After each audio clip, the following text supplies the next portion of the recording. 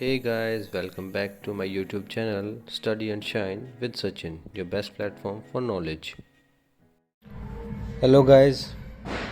तो हम कल की क्लास में पढ़ चुके हैं अर्थमेटिक प्रोग्रेशन के बारे में। अर्थमेटिक प्रोग्रेशन जिसके अंदर हमारे पास जो एक सीक्वेंस है वो आगे की तरफ बढ़ता है और एक सीक्वेंस जिसके अंदर हर सक्सेसिव टर्म जो है अपनी प्रीवियस टर्म से एक कॉमन डिफरेंस लेकर के आगे बढ़ती है।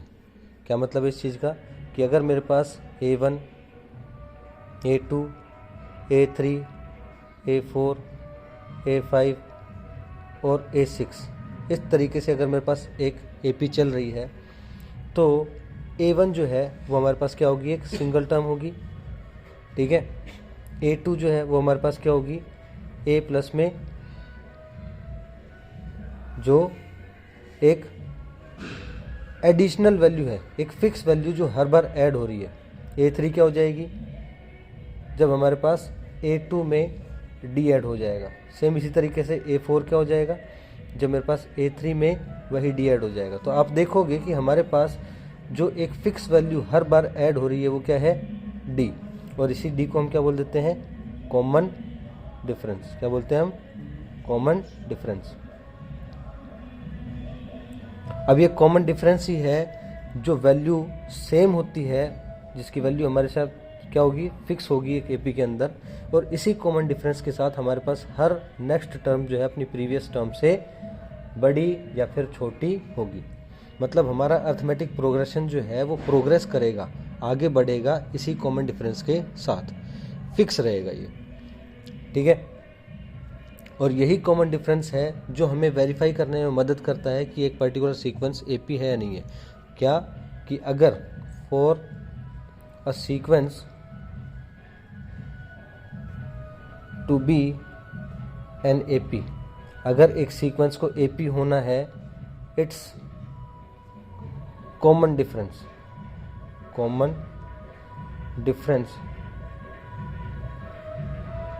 Must be equal.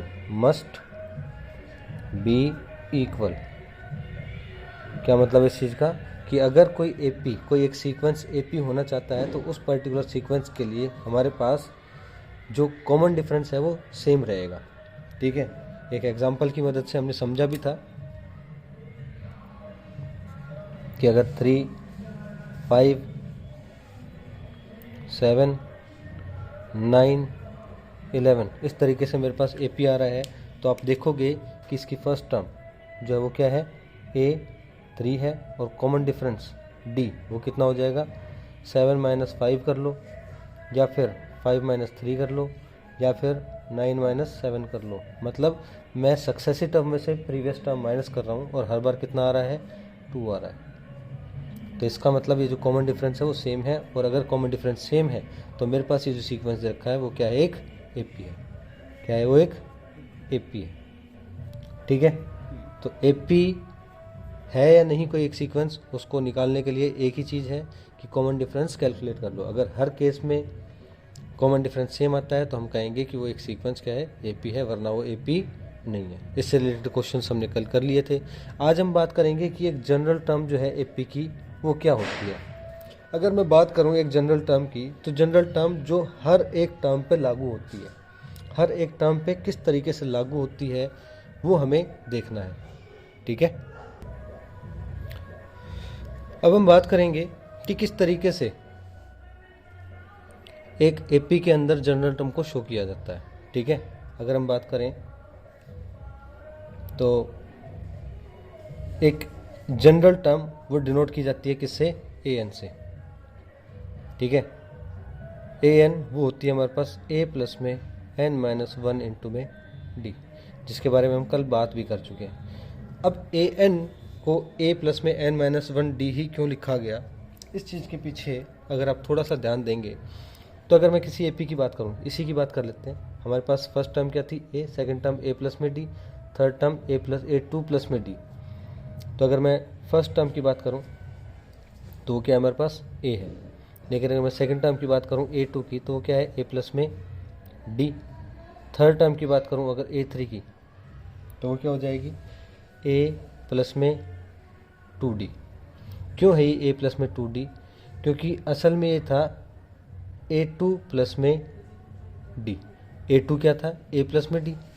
ठीक है, तो a प्लस में d कितना हो जाएगा? a प्लस में 2d। सेम उसी तरीके से a4 क्या हो जाएगा?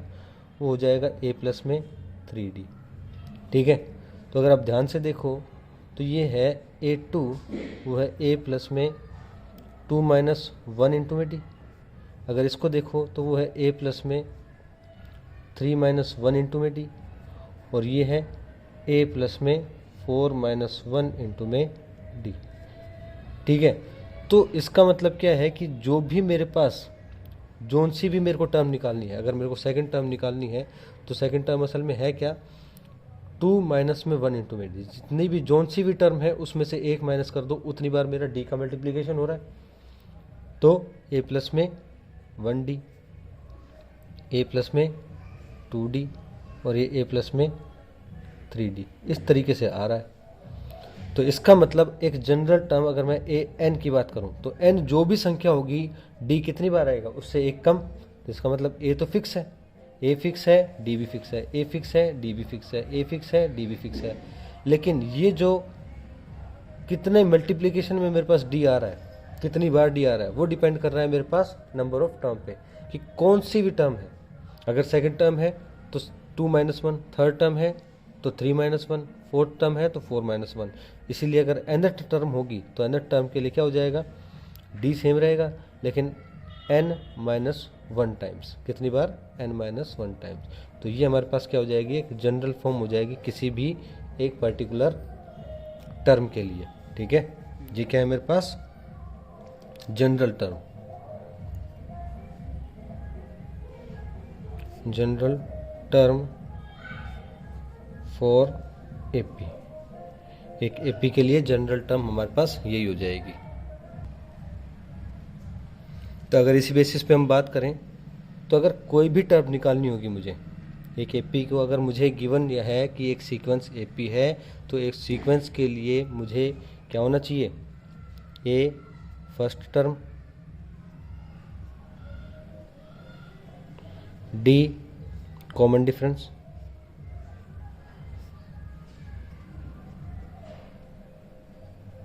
ठीक है, और एन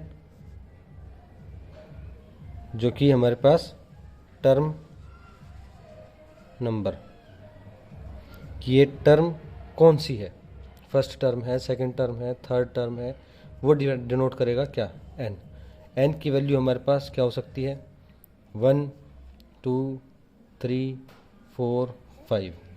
एन कभी भी नेगेटिव नहीं हो सकता। N can never be negative. N value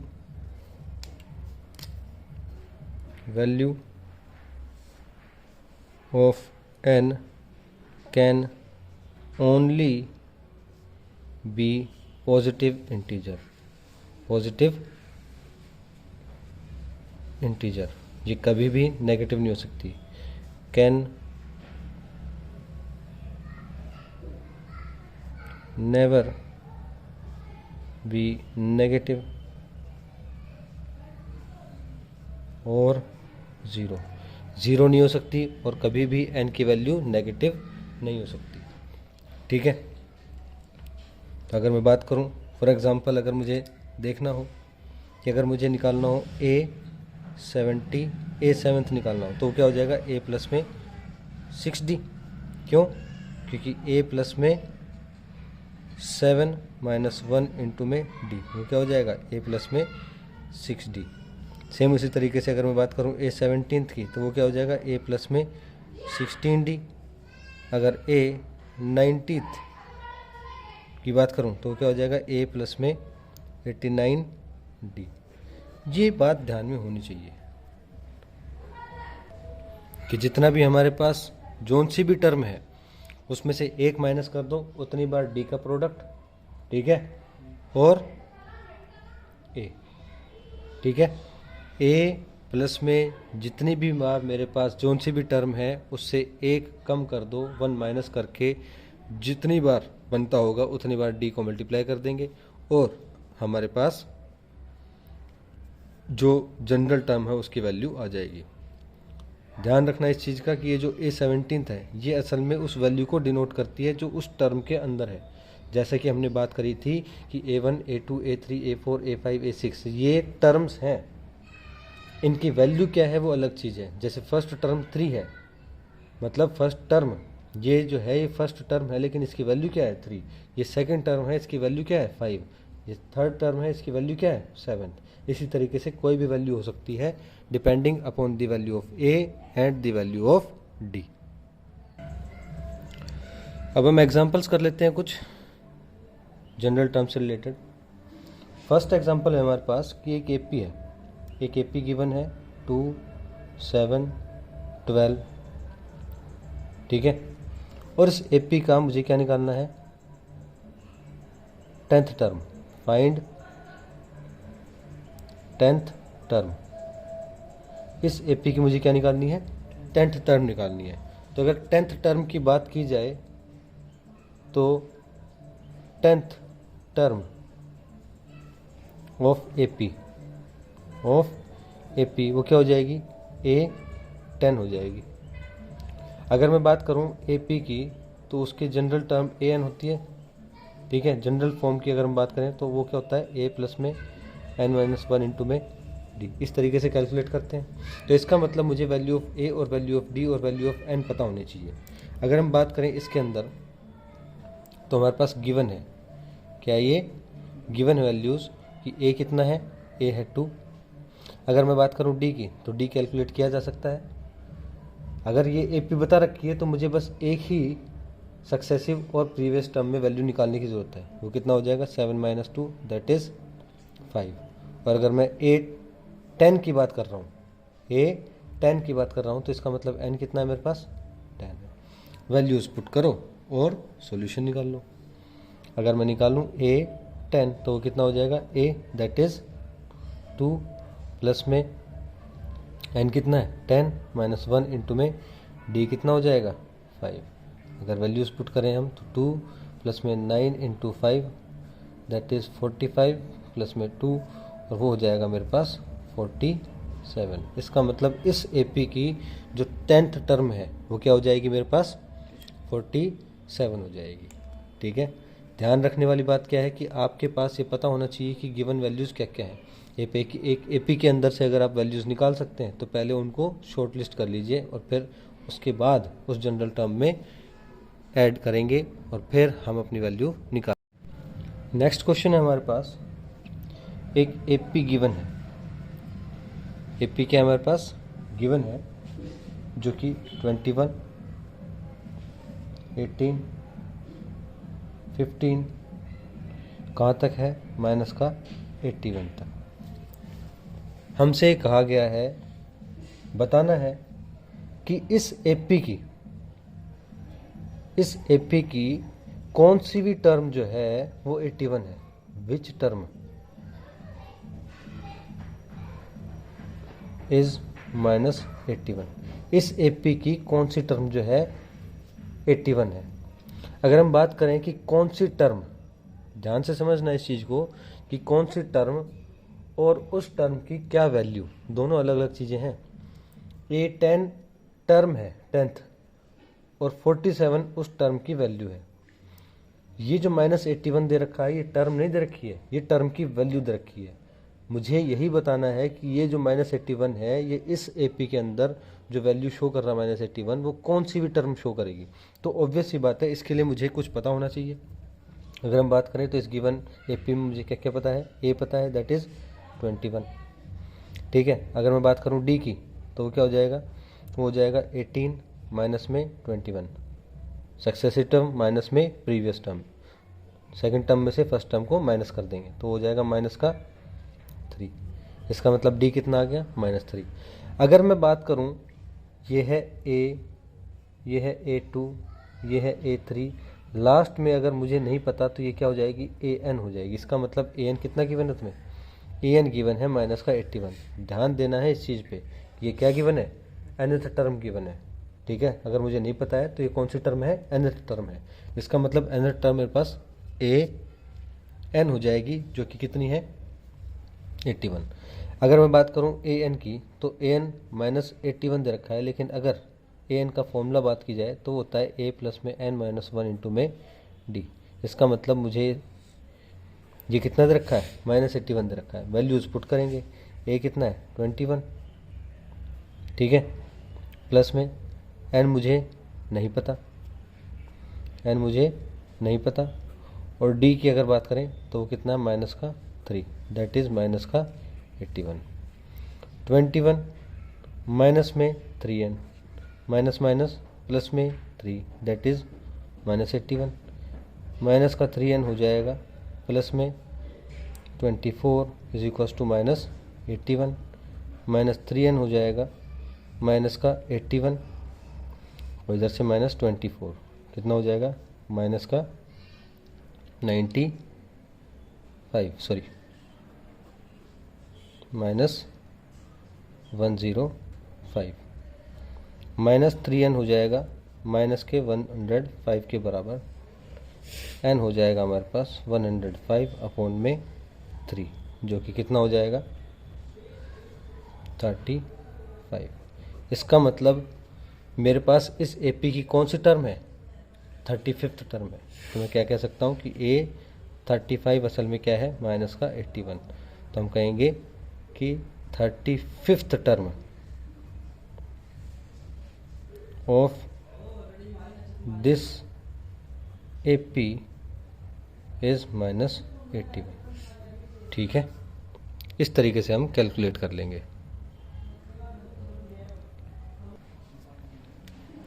तो हमें ध्यान रखना है कि क्वेश्चन पूछा गया है। अगर इस क्वेश्चन में देखें तो हमें ए एन गिवन था और हमें एन की वैल्यू निकालनी थी। इस क्वेश्चन में हमें एन पता था और ए एन की वैल्यू निकालनी थी, ठीक है। नेक्स्ट क्वेश्चन अगर हम देखें तो हमसे कहा गया है कि एक एपी है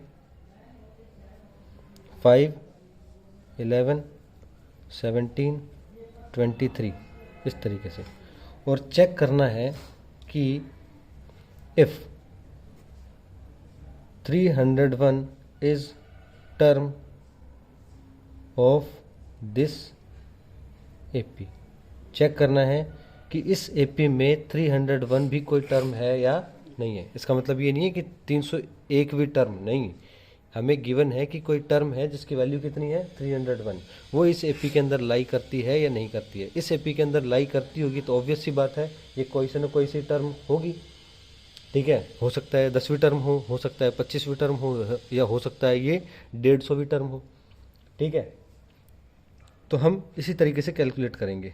हमें क्या क्या गिवन है, गिवन है हमारे पास ये कितना है 5, डी की अगर बात करें तो वो है 11 माइनस 5 दैट इज़ 6, और अगर मैं 301 को निकालना चाहता हूँ तो इसका मतलब ए एन गिवन है कितना 301। इस ए एन को मानते हुए 301 मानते हुए मुझे क्या निकालनी है, टर्म निकालनी है कि वो टर्म कौन सी भी है, ठीक है। तो अगर मैं बात करूँ तो ए एन गिवन है कितना 301, ए एन की वैल्यू क्या होती है ए प्लस में एन माइनस वन इंटू में डी दैट इज़ 301। अगर वैल्यूज़ पुट करें तो 5 प्लस में एन मुझे नहीं पता, डी 6 बराबर 301, यहाँ से आ जाएगा 5 प्लस में 6n माइनस में 6 इज इक्वल्स टू 301। ये हो जाएगा 5 minus 6 that is 6n minus में 1 इज इक्वल्स टू 301। 6n हो जाएगा 301 प्लस 1 दैट इज़ 302। तो यहाँ से अगर मैं निकालना चाहूँ तो n कितना आ जाएगा 302 अपॉन में 6, जो कि कितना हो जाएगा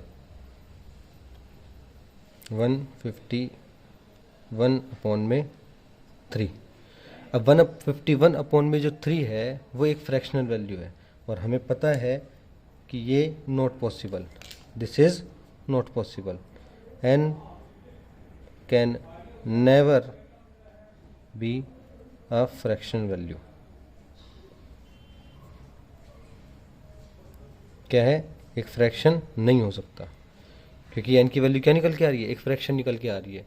क्या आप अगर किसी लिस्ट में खड़े हो, मान लो आप 10 जने खड़े हो, तो क्या आपकी संख्या, आप फर्स्ट नंबर पे हो सकते हो, आप सेकंड नंबर पे हो सकते हो, क्या आप 150वें नंबर पे हो सकते हो? क्या आप 3/2 नंबर पे हो सकते हो? नहीं हो सकते, क्योंकि वो जो एक लिस्ट है उसमें पद संख्या जो है, जो टर्म की वैल्यू है, वो एक इंटीजर ही रहेगी। एन की वैल्यू इंटीजर ही होती है, वो फ्रैक्शन नहीं हो सकती। इसीलिए हमारे पास हम कहेंगे कि 301 is not a term of this AP. इस एपी की कोई भी टर्म 301 नहीं होगी। आई होप आप लोगों को समझ में आया होगा। इससे रिलेटेड क्वेश्चन हम नेक्स्ट क्लास में और देख लेंगे।